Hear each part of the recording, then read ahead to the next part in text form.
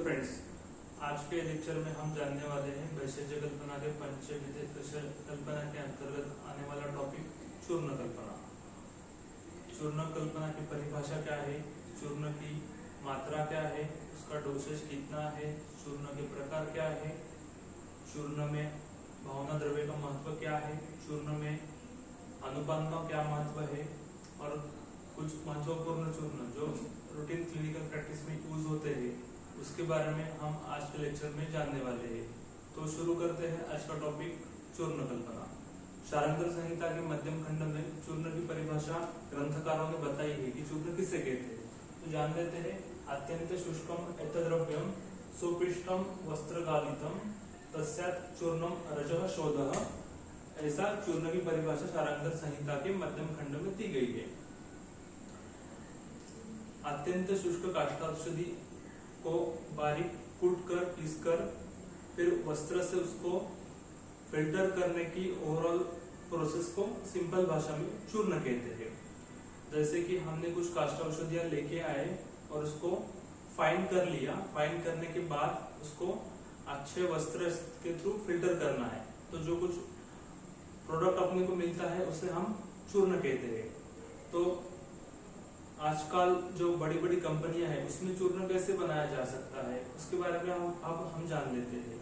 बड़ी बड़ी कंपनियों में पल्वराइजर, डिसइंटीग्रेटर ऐसे मशीन्स यूज होती है, ग्राइंडिंग मशीन्स यूज होती है, इससे बड़ी मात्रा में चूर्ण प्रोड्यूस किया जाता है। समझो मृदु द्रव्य रहता है तो उसके लिए हम पत्थर की शिला के इस्तेमाल करके कूटकर पीसकर चूर्ण बना सकते हैं। वैसे ही कठिन द्रव्य रहता है तो उसके लिए हमें इमाम दस्ते का या उदूकन यंत्र का उपयोग करके उसको चूर्ण फॉर्म में कन्वर्ट करना पड़ सकता है। तो चूर्ण की मात्रा क्या है इसके बारे में जान लेते हैं। चूर्ण की मात्रा ग्रंथकारों ने 1 कर्ष बताई है। 1 कर्ष का मतलब होता है 1 tola, almost approximately 12 gram is equal to 1 tola. तो चूर्ण में प्रक्षेप द्रव्य का प्रमाण क्या है इसके बारे में जान लेते हैं। प्रक्षेप द्रव्य के बारे में जानने से पहले इसके पहले लेक्चर में हम जान लेंगे प्रक्षेप किसे कहते हैं। किसी भी वैशेज्य कल्पना या रसशास्त्र का कल्प बनता है तो उसके ऊपर हम ऊपर से कुछ सुगंधित द्रव्य डालते हैं जिसकी उसका जो इम्पोर्टेंस है, in the sense of smell रह गया, टेस्ट रह गया, कलर रह गया, वो बढ़ता है। उसे हम सिंपल भाषा में प्रक्षेप द्रव्य कहते हैं। समझो चूर्ण में गुड़ डालना है तो उसका प्रमाण ग्रंथकारों ने समभाग बताया है। तो शर्करा डालनी है तो उसका प्रमाण द्विगुण बताया है एज अ प्रक्षेप द्रव्य।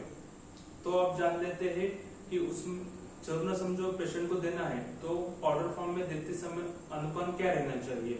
अनुपान आप व्याधि के अनुसार बदल सकते हैं। बल्ले व्याधि के लिए हम घृत या दुग्ध यूज कर सकते हैं। अनुपान क्यों दिया जाता है इसके बारे में जान लेते हैं।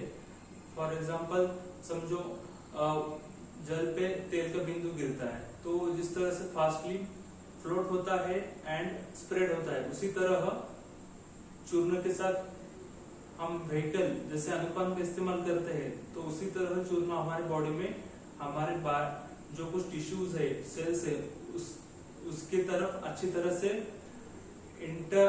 इंटरसेप्ट होता है, उसकी एक्शन फास्ट होती है, क्वालिटी ऑफ उसकी जो प्रोडक्टिविटी इंप्रूव होती है और टाइम कम लगता है। इसलिए हम अनुपान का इस्तेमाल कर सकते हैं। अनुपान कुछ भी रह सकता है, व्याधि के अनुसार अनुपान बदलता है।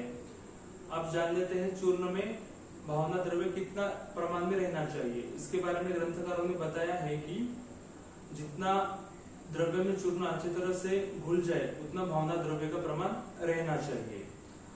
तो आप जान लेते हैं चूर्ण जो क्लिनिकल यूटिलिटी में हम रोज प्रैक्टिस में यूज करते हैं उसके बारे में। हिंगवाष्टक चूर्ण हो गया, सीतोपलाद चूर्ण हो गया, तालिशादी चूर्ण हो गया, रूटीन प्रैक्टिस में यूज होने वाली चूर्ण है। तो आप जान लेते हैं हिंगवाष्टक चूर्ण किस किस कंडीशन में यूजफुल होता है। तो हिंगवाष्टक चूर्ण जठराग्नि प्रदीपक कहा है, वात रोगों का नाशक है, गुलमय में है, उदावर्त, अनाह, अग्निमांद्य और उदरशूल नाशक है। जिस कंडीशन में पेशेंट की अग्नि अफेक्ट होती है उस कंडीशन में हम हिंगवाष्टक चूर्ण का उपयोग करते हैं। हिंगवाष्टक चूर्ण में जो कुछ कंटेंट्स बताए गए हैं, पर्टिकुलरली वो कटुरसात्मक है, तिक्त रसात्मक है और उष्ण वीर्यात्मक है, जो पेशेंट की मंद हुई अग्नि को बढ़ाने में सहायक रहते हैं। उस कंडीशन में हम हिंगवाष्टक चूर्ण का इस्तेमाल करते हैं। गुल्म कहा गया है, तो गुल्म एक एब्डोमिनल ट्यूमर रहता है जिसमें वात दोष का प्राधान्य रहता है। उस कंडीशन में हम हिंगवाष्टक चूर्ण इस्तेमाल कर सकते हैं। अनाह और उदावर्त भी व्याधि है जिसमें वात का प्राबल्य रहता है। उस कंडीशन में हिंगवाष्टक चूर्ण अच्छी तरह से वात का अनुलोमन करने में मदद करता है और जठराग्नि प्रदीपक का भी काम करता है। उसी तरह हिंगवाष्टक चूर्ण हम उदरशूलनाशक भी कहा है। पर्टिकुलरली हिंगू जो निर्यास है वनस्पति का, वो वातानुलोमन का कार्य करता है, दीपन का कार्य करता है, पाचन का कार्य करता है, इसलिए हम उसे उदरशूलनाशक संज्ञा दी गई है।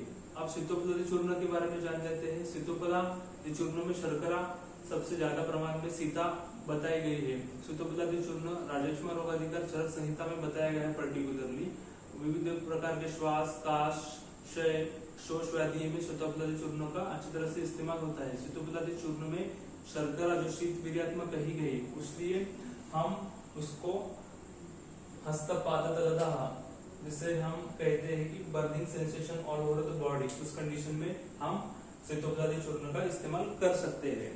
तो ऊर्ध्व रक्तपित्त एक कंडीशन यहाँ कही गई है जिसमें पेशेंट के नेजल वेसल्स ब्रेक होते हैं और ब्लीडिंग होती है। उस कंडीशन में सीतोपलादी चूर्ण का उपयोग होता है। अब तालिशादी चूर्ण के बारे में जान लेते हैं कि तालिशादी चूर्ण किस कंडीशन में यूजफुल होता है। तालिशादी चूर्ण विविध प्रकार के ज्वर में उपयुक्त होता है। अधमान है, अतिसार है, शोष है, ग्रहणी है, पांडु और विभिन्न प्रकार के शूल, इस व्याधि में तालिशादी चूर्ण का उपयोग होता है।